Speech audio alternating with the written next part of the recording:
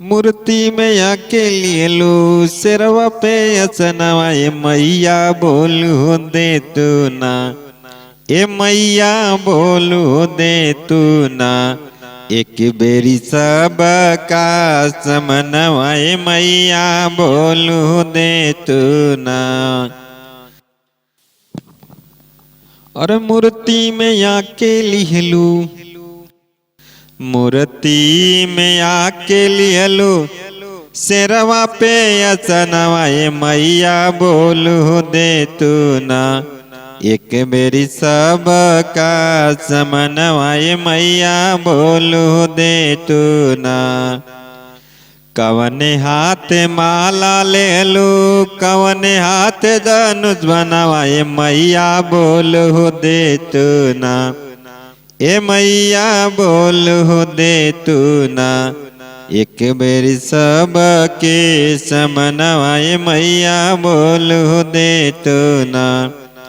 एक बेरी सब के समनवाए मैया बोलू दे तू ना। तमनवा मोहिला नयनवाए मैया बोलू दे तू ना। तमनवा मोहिला नयनवाए मैया बोलू दे तू ना।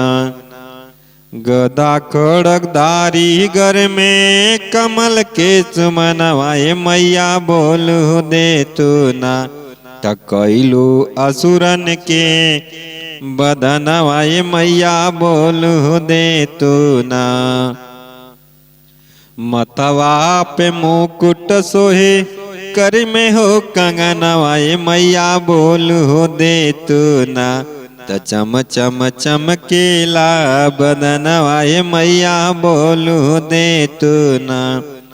चम चम चमकेला बदनवाए मैया बोलू दे तू ना।